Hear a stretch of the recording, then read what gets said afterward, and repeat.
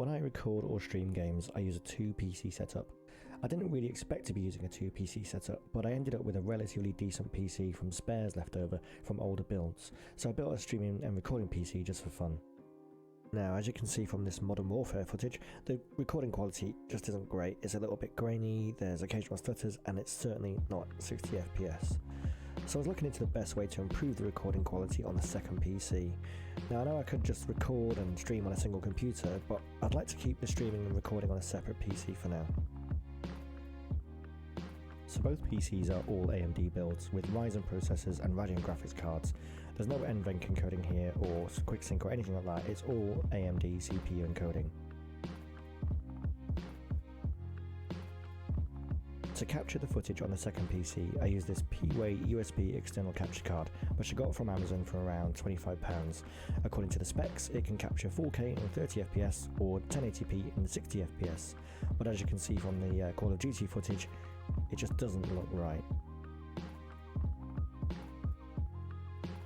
So I thought I'd try installing an Elgato HD60 Pro into the second streaming PC.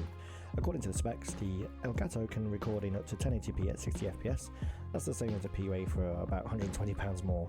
If you want to record in 4K with an Elgato, you'll need a 4K 60 Pro, which costs nearly £200 more than the PWAY. And given the price difference, I wanted to find out whether the extra cost was worth it. The best way to compare the recording quality is with a side-by-side comparison, so I recorded 3 benchmarks side-by-side to see if there was any difference.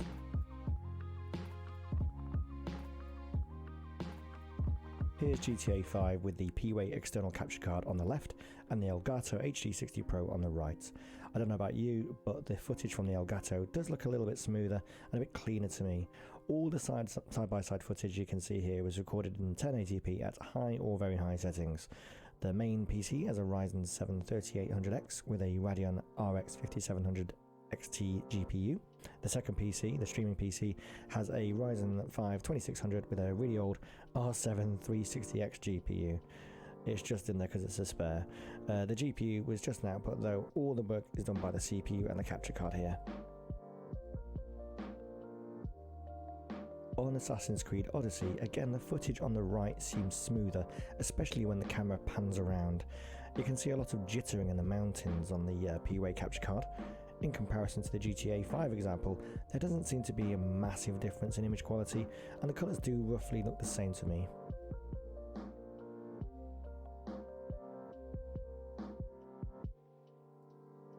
And here's the Shadow of the Tomb Raider benchmark. As this benchmark is a little bit slower, it's hard to see much difference, although the Elgato footage does again seem to be a little bit smoother.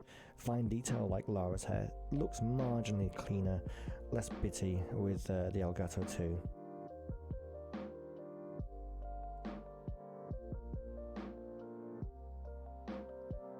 I'll let you decide whether installing the Elgato is much of an upgrade. Perhaps the next step for me would be to use NVENC encoding with an NVIDIA GPU for a better quality stream or recording. The only problem is that at the time of this recording, there's really limited stock of any graphics card, and what is available is just crazy prices. I'll install a Turing-based NVIDIA 1650 once the market has gone back to normal, but in the meantime, I'll continue using the Elgato capture card as the recording seems smoother, if nothing much else. I hope this comparison has been helpful for you, and I'll see you next time.